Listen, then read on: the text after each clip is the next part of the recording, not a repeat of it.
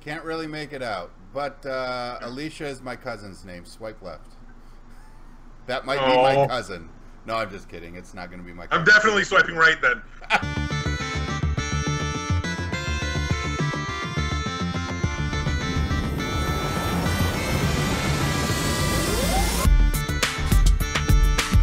So today on Mana Biscuit, What are we doing, Jay? we talk about absolutely nothing. Because Other that's what we than- do every week, right? Yep. All Indeed. right, so hello and welcome to Mana Biscuit. You've already heard from my co-host Jacob Gamble. I am RJ Velosky, and you know my other co-host TJ Rathburn. All right. Yeah, hey, there he goes with the thumbs. Is the strong, silent swipe right type. Yes, swipe right. We got TJ on Tinder this week. I don't know if that's something we'll dwell on in the show, but it is a thing that happened.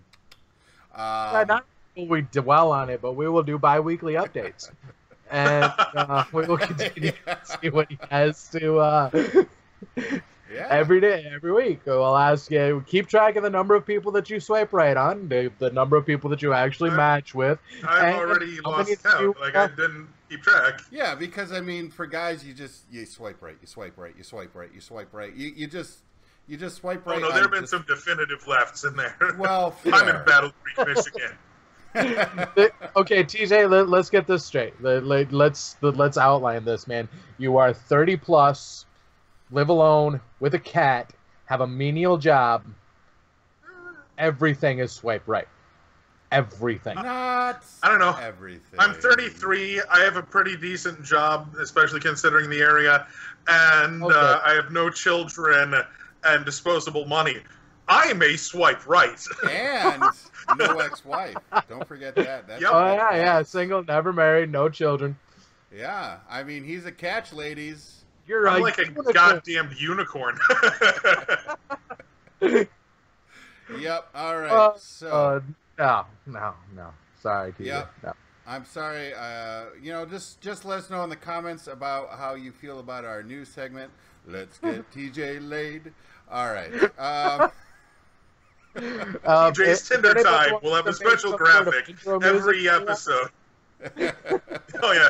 Yeah, every episode we put up a specialized graphic of TJ's Tinder time, and like fucking calliope music, and I'll be like, This no is matches, boom, and that's it.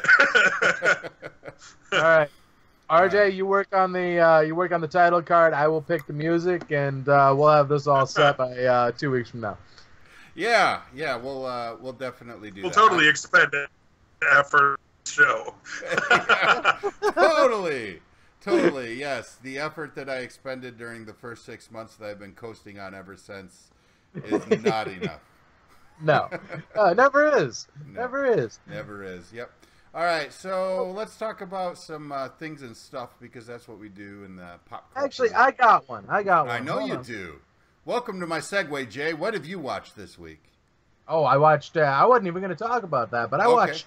I finished. I sat in one sitting and sat down and watched the entire 9-hour series of episodes now on Netflix of the Chronicles of Shannara. Wait. And One second. One What? sitting, 9 hours? Yep. Are you on vacation? Yes. Oh, nice, dude. This is Mr. Like, I work 75,000 hours a week when there aren't even that many hours in a week. And I know. But hey, good for you, man. Good for you. Yeah. I got it all in one sitting. I'm gonna tear through the 100 and play some video games, and I might actually have something to talk about through the course of the next couple of weeks. Anyway, that having been said, there was and I didn't even bring this up yet, but there was a Ranker article that I ran across today about all of the best pen and paper RPGs of all time, and Okay. I pulled You got that a up. list? Just Yes, read I us off do. the list, and we will give you opinions. Yes, the I list. do. Number one on this list is actually okay. Here we go. Number one on this list, of course, is Dungeons and Dragons. Of course. All right. Yeah. Number two, Shadowrun.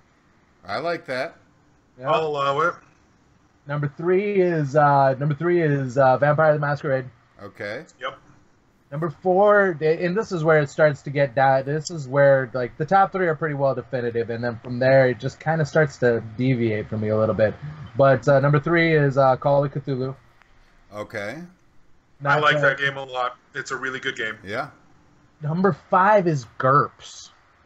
You know what? If that's what you're looking for, like a super modular system that you can do whatever you want, it deserves its spot. Okay. I have some ideas, but finish the list. All right. Number 6, dude, this list goes all the way down to 40 plus, if I'm not mistaken. Okay, then let's just do the top 10. So top 10 is... well, going on with number 6, and then we'll finish. Number 6 is Star Wars, a role-playing game. Okay. Number 7 is Pathfinder. Okay. Number 8 is Mage. Which, honestly... What's that? Mage the Ascension? Yep, Mage the Ascension. Okay. 9 is... Pathfinder should have just been rolled into fucking D&D. Well, we can talk about that. Go ahead. And number 10 is Advanced D&D First Edition. Okay. So just a different D&D. Right. Yep. That's interesting because I would have thought D&D just encompassed all of the editions, and that goes to what TJ was saying with Pathfinder. Went like number 22 is Dungeons and Dragons 3.5. Okay. So stop for a second. Which edition was number 1 then? Just straight up Dungeons and Dragons. Oh, the original? Like the original. Okay, yep. So they're giving it the little number red 1 pamphlet spot for the granddaddy spot, right? Yeah, this is... Yeah. Yeah, okay, I'll buy that. This is what's wanted.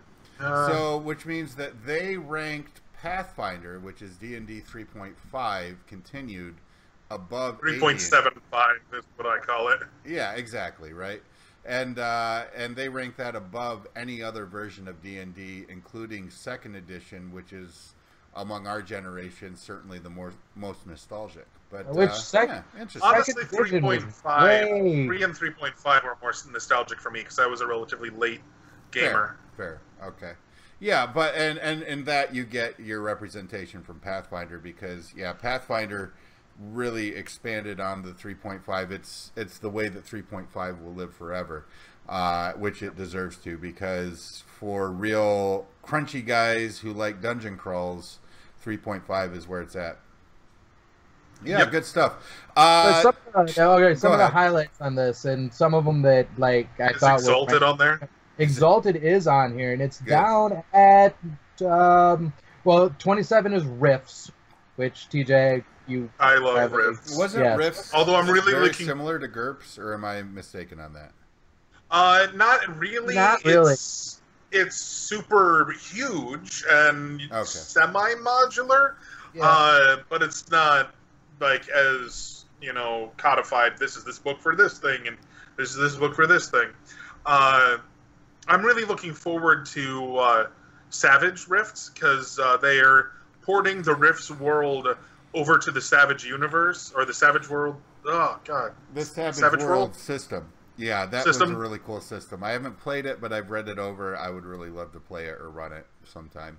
And that's great because the world of Rifts is awesome, and the system for Palladium is terrible.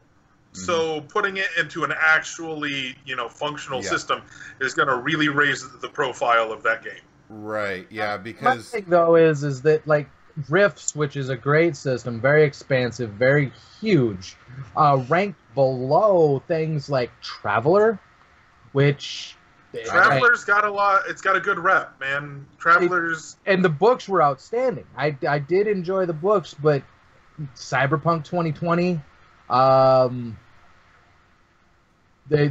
Savage Worlds is at 12. Well, as it should be, because Savage Worlds is very pick up and play. Beyond D&D 5th edition, which I think is the ultimate pick up and play game, Savage Worlds is right up there because it's mostly just about 3 6-sided die.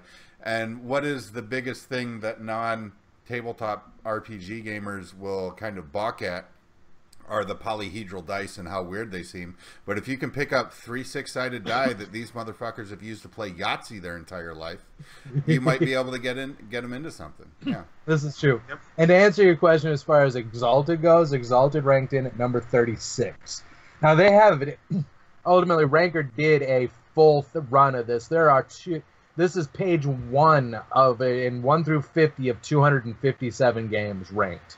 Man, they spared no. They I mean, if you're ranking 250 games, you're pretty much ranking all the games that any given person has possibly heard about. So yeah. Yep. Yeah. Well, that's pretty cool. Number 257 is Fatal. 258 is this game I just came up with my buddies last week. Yeah. But yeah, a lot of them are. I mean, they had a very large representation for the World of Darkness. I like that it was 2 in the top 10. Yep. And like 5 in the top 50, 6 in the top 50, including both versions of the Changeling, both the Dreaming and the Lost. And then where did Vampire Dark Ages rank? Vampire Dark Ages is still in the top 50. Or here it's because I actually like Vampire Dark Ages better than the Masquerade. But I liked them both for different reasons. The Masquerade was at 23. Dark Ages is... It's down here somewhere. It's on the list. Learn to control F, bro. What? I'm not... Oh, you're not on your PC? I'm on my phone, man. Oh, well, that's your first mistake. It's on here somewhere. It was within the top 50. Here it is at 38. 38. So Exalted outranked Dark Ages, which I think I'm not terribly surprised. Exalted, Changeling, the Lost, Mage, the Ascension, Mage,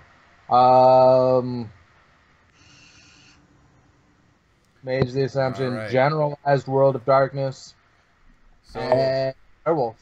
I make you this solemn promise: if I remember to and/or can be asked to, I will include a link to that article in the show notes, and you guys can take it over and let us know what your thoughts on the ranking are in the comments, because everybody loves them some lists. Indeed, we love us some lists. We do. Just as an aside, I still haven't gotten my damned 3rd edition Exalted book. You got that PDF finally, and what was that, like December? Something like that. Yeah. And you still have... I got another update. Is it to the full 2-year mark yet? Past that. The Kickstarter was 3 years ago in June. Oh my goodness. 3-year mark. That's right. Yep. And so I'm gonna at least be 3.5 years in before I see it, if not 12. And yet it's released. It's out. Yeah, I could go and buy a copy if I wanted to buy a print-on-demand copy. I would have it in like a couple of days. But I still haven't gotten my super expensive, like, deluxe leather-bound one that I paid $110 for. Now, have you gotten any of it? I mean, have you called them or anything else saying, "Hey"? Oh, I got an email the other day saying that it's at the printers right now. They're printing off the proof copies. It's in the final stages of the printing, like, setup, and then they're gonna run it and send it out. But they've been... Like, they sent it off to proof a couple of months ago, and it's still in the process. But that's not uncommon. Like, I wouldn't be surprised that I won't see it until December. Yeah. Thanks for sharing that link, Jay. Several years out. I hope our viewers have had time to copy it down longhand. It's been up over your face for about 90 seconds? Yeah. Oh my goodness! What the Everlight? Why? Thank you, Jay. Thank you. Yeah. At the bottom of the thing, and so if I forget in the show notes, I hope you had a chance. Go ahead and rewind. Just get a pencil and paper, write that down, and zoom in on my face. Wait, what? Yeah. So that's cool. All right. So Jay, thanks for that list, by the way. That was cool. That gave us some stuff to talk about. It was fun. I like talking about tabletop RPGs. Indeed. So about the Shannara business, I haven't watched it. TJ hasn't watched it, but you went on the 9-hour binge and you liked it. So Loved it. Let me ask you specific leading questions. Okay. What did you love about it the most? Can we? Well, Oops, is that what you were gonna say? What's that? Was it going to be boobs? Was it going to be boobs? I was going to talk about it. Yeah, I mean, ultimately, the Poppy girl, I can't think of her name is Poppy something or other, but ultimately she almost replaced Nina Dobrev on my list. Almost. Yeah, she is adorable. But having not read the books in a very long time, I was probably 10 when I read them, and have not reread. And there's so many of them, I could probably, Anyway, there are so many of those books that I only vaguely remember them. So and it was so long ago, I only vaguely remember them. That the story was really, really good. It was well written. It was well done. All in all, it was a 9-hour movie, and I enjoyed every second of it. There was no downturn. There was no disappointment, and it was not. I had nothing to complain about, which was weird. What? What? It's nothing to do with you. I keep yawning, which is also not your fault. Yes, but after 25 years with glasses, every time I yawn, I still do that to push non-existent glasses up on my face. And every time I see twice. that, mine have to be adjusted. Twice now, I've just been like, boop. Damn it. When but you we know yawn, that I you're am the communing biggest with your third eye. naysayer in this. I will find fault in anything. I found fault in Daredevil. Well, to be fair, I think the reason you're so big on Shannara is because TJ and I didn't get on here and say, "Man, this is great," and you had to be like, "No, it's not." No, actually, I mean, you guys could have argued with me all you wanted, or somebody could have agreed with me. In fact, we could have done a spoiler cast to just say just how awesome it was, and I would have agreed with all of it. Yeah. Except none of us, aside from you, watched it. I probably will. I mean, it is the summer season. There's not a lot going on. Game of Thrones ended. And ended so well. So yes. well. Oh my god. Yes.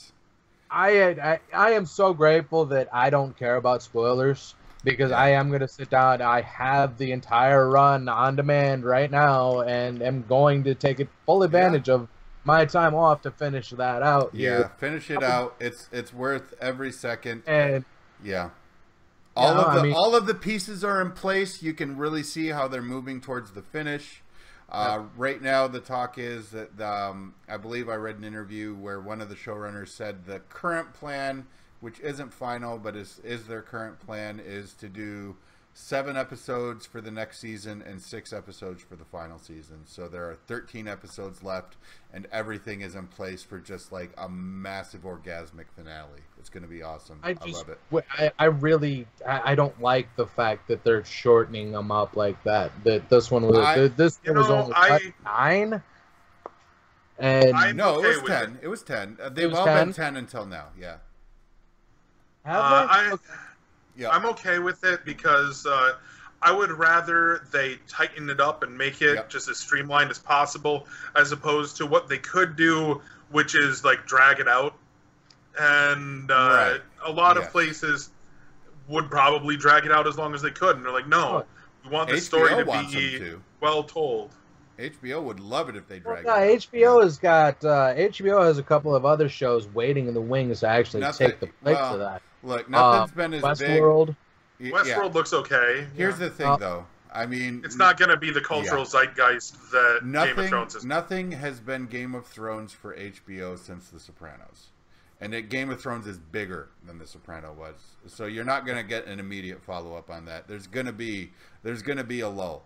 There's going to be a lull until that big thing comes along. It's just the way things work.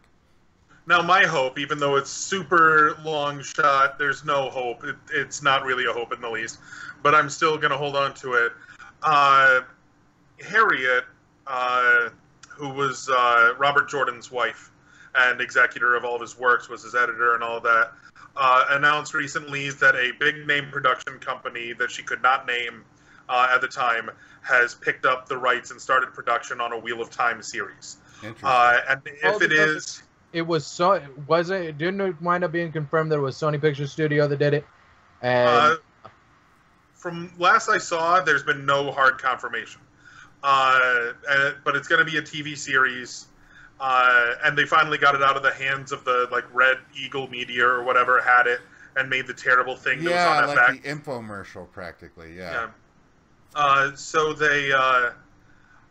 they're putting that into production. I'm really hoping that a big station like HBO or Starz or somebody picked that up, because after Game of Thrones is over, like, I can really see somebody going, Game of Thrones is coming to an end. We can have this prepped by the time it goes off the air to just nail people and go, this is over. You need something to, like, you know, scratch that itch. Here you go. Fill that show hole. Yep, and then just roll out a 10-season run of Wheel of Time, and I would be super happy. Yeah, that would still that'd be a book and a half every friggin' every season though, and that's. You could actually do that. You could combine the first and second books into the first season, because not a whole lot actually legitimately happens in terms of the story in the first book. So you could combine them into one season. Probably get away with the first 3. I mean, possibly, and you could trim out some of the stuff, some of the many side characters, because, you know, overall this is a story that took place over the course of like 2 years, and so you would want to get it as tight as possible so you don't have your characters super obviously aging out of their roles, which was a problem with the kids on Game of Thrones, but not so much for the adults. So it could be done. And Game of Thrones has shown that you can do an excellent job of adapting like huge volumes into television. That yes, you're going to have to cut some stuff out, and some of the fan purists are going to be a little upset. But it didn't really diminish the quality of the story, except for the stuff in Dorne. That was dog shit. That was dog shit. It was such dog shit. Actually, Shannara is scheduled for a second season. Good for them. So, I mean, MTV does have that one going for them, and that one is, what, like 12, 13 books as well? It's huge.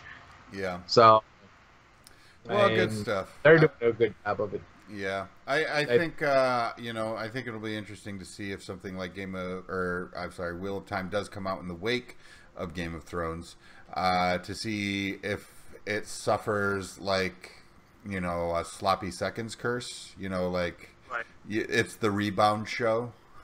But I think that it has a different enough vibe to it to escape that. Like, it still has the whole like fantasy thing going on, but it's much more high fantasy than Game of Thrones traditionally has been. And so having some of the more like classical fantasy elements, but not dipping into the Lord of the Rings-esque, like dwarves and elves and stuff, I think will really assist in having a show that can be taken in its own right. No, that's a good point too, because I think the reason Game of Thrones was so successful is that for such a long time the high fantasy aspects of it were just hints and mysteries and whispers, and I think that's one of the reasons everything right now is such a huge payoff. When you see spoiler alert, 5 4 3 2 1 okay, when you see the massive dragons flying over Daenerys's fleet, and when you see the full might of the horde of White Walkers beyond the wall in the in the thrall of the Night King, and when you see all of these things that have been hinted at for so long coming to full fruition, and you know the impending conflicts that they're going to bring, that gives it a lot of weight. The question is, though, now that the high fantasy elements are far more in play, are the mainstream folks who have been drawn in over the course of the years by the titties and the political plotting, are they going to be as enthralled enough by the high fantasy elements that they will watch a show much more steeped in high fantasy? I don't know. Everybody had great things to say about, like, Hard Home, the episode last season with all the whites. And everybody goes nuts about the dragons, like, oh, the Khaleesi, the mother of dragons, and her flying dragon guys. Like, everybody thinks that kind of stuff is awesome. And I think that it's one of those, they were really clever in going, like, you're not a super nerd if you watch this. Yeah. And then they brought out slowly the nerdy stuff so that even the people that would have been like, if it was right there on the front of it, can be like, yeah, because it's so established and so widely loved that nobody's going to look at them askance for being like, dragons! Well, and that's exactly it, right? Because it's all about the water cooler. It's all about the social aspect of it. The reason I kept up with Game of Thrones religiously, beyond the fact that I love it and I wanted to see what happens next, is I did feel a pressure that everyone in my office around me watches Game of Thrones, and if I haven't watched the latest Game of Thrones, they can't talk about it around me, and so I feel like a dick. So you gotta watch Game of Thrones. And to be fair, for the ones that were slow in watching Game of Thrones, I was on their case. I'm like, watch Game of Thrones, I want to talk about it, you motherfucker. So... And that's me because of the amount that I work. But man, like, you know, ultimately, I don't care about the spoilers. I don't care about anything like that. I like hearing it and then turning around and seeing how it played out. I mean, so there are two different looks at that, and those that don't want to hear about hold the door, you know, sorry, but. Yeah, I mean, it's everywhere. You can't escape spoilers anymore. Can't escape it. Yeah, so. You have to be really religiously fervent about avoiding spoilers, but it's just... Like, I was almost annoyed. I was almost annoyed with certain people on Facebook after the season finale, because, like, a day or two after, they were posting memes of, like, big moments. Yeah. And I'm like, not necessarily everybody on your Facebook page has seen the finale. Yeah. And like I've said, we've talked this to death over other episodes. Yeah. But like, I don't know, man. Some things, like the hold the door thing, I was like, but the finales seem a little more sacred. Yeah, absolutely. Absolutely. I can see it. Yeah. Well, I think we're about ready to wrap it up, aren't we? Yeah. Yeah. I think it's time to say goodbye for another 2 weeks, another fortnight. Yeah, if you haven't picked it up by now, because it's been a little staggered and weird, we're aiming to shoot every couple of weeks and get the episode up sometime after that. So it's a little less rigid than it has been in the past, but you know, it'll still be there for you when you want it in your busy schedules. And we promise we'll never spoil next week's Mana Biscuit on this week's Mana Biscuit. We're all going to be stupid. Wait, didn't we do that before? Didn't we? Haven't we done what we're going to talk about? Haven't we spoiled? Yeah, we've done it before. We've done it. But there's not going to be a next week, though. Technically, it'll be 2 weeks. Oh, okay. Yeah. So strictly speaking, the next week, but the week after. The next week in which we record a show. There you go. Yeah. I'm going to spoil it. We're going to be a bunch of jackasses. And it's going to be mostly not entertaining. Speed, and RJ's just going to mediate things. And that's what I do. Jay, shut up. No. Jay, don't shut up and say that. All right, and for Mana Biscuit, I'm Jacob Gamble, and that's TJ Rathburn. And who am I? That's RJ Velasky saying bye-bye. Bye-bye. There we go.